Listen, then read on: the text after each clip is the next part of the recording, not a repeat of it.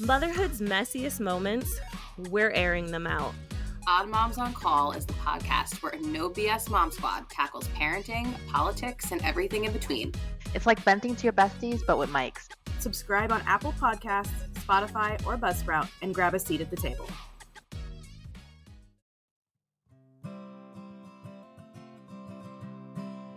Hey, happy Thursday, and welcome back to another Quiet Confession. Today, I want to talk about my happy place, Disney World. Yes, I'm a Disney adult. No, I have no shame. But yeah, Disney on the surface sounds fun and magical, and it is those things. But for me, as a now disabled person, it is also kind of complicated. We're planning a trip in October for my oldest daughter's 10th birthday. It's a surprise. It's literally her dream. We asked her if she could do anything for her birthday, what would she do? She said, go to Disney with the princesses. And yeah, we had already planned on doing it. We've been saving and saving and saving. We've had this planned for almost a year now, and I can't believe we've kept it a secret. But that means I have been navigating the updated DAS Pass policy, and I have some feelings, and I know that a lot of families also have some feelings. So let's start with the truth. The new DAS policy is dehumanizing, plain and simple. It feels disrespectful to the entire disabled community. It almost feels accusatory, like they get to look at you and decide if you're disabled enough. It's kind of disgusting. And the process itself needs serious work. If you haven't heard, you're now required to have the person requiring the pass to be present on the video call so that they can be assessed. So if the pass weren't for me, if it were for one of my kids, like, say goodbye to the surprise element because you have to be there. I don't know. As a former intensive needs special educator and a mom in a neurosparkly household, it just makes my skin crawl.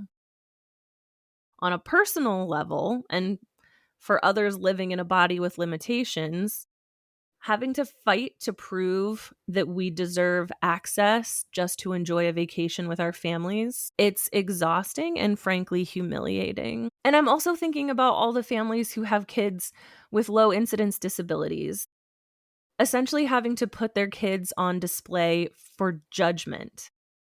Some of these kids may have limited or no verbal communication skills. Some may use an adaptive speech device, or some may be totally verbal, and they can all share the experience of total sensory shutdown based on their own unique needs. These families shouldn't have to fight for what is essentially a lightning lane pass. I've used a DAS pass in the past. It's essentially a lightning lane pass. But here's where it gets a little complicated. After going through their evaluation, I was denied the DAS pass, but the staff member that I met with went above and beyond to help me find resources and alternatives to meet my needs. She gave me guides for cool down and rest areas since I can't regulate my temperature anymore. She set me up with options for avoiding physically waiting in some long lines for certain rides. And she even made a point to let medical staff know which parks I will be in on which days in case I have an adrenal emergency. She made sure that even though the system denied me, I wasn't being left behind. And not only am I physically limited, but PTSD makes crowded, enclosed spaces with no clear exits, like the ridiculously long lines at Disney, incredibly difficult. And can set off panic attacks for me. But she gave me so much material to help me plan my trip around my disability and sensory needs. I've got it all saved in a Google Drive file, and I'm taking notes to make sure that I can enjoy the magic with my kids.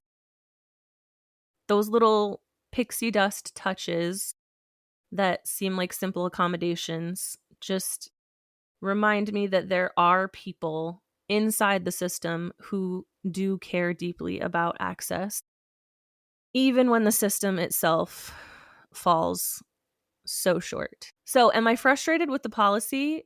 Abso-freaking-lutely. Am I pissed off? You are. Yes, I am pissed off. I am pissed off for families beyond mine who have to fight for access on the daily and who are now being denied in what is supposed to be the happiest place on earth. It just feels wrong. But I am grateful for the cast member who made sure that my family is going to be able to experience this trip fully, that I'm going to be able to enjoy my time. So yeah, again, it's both and.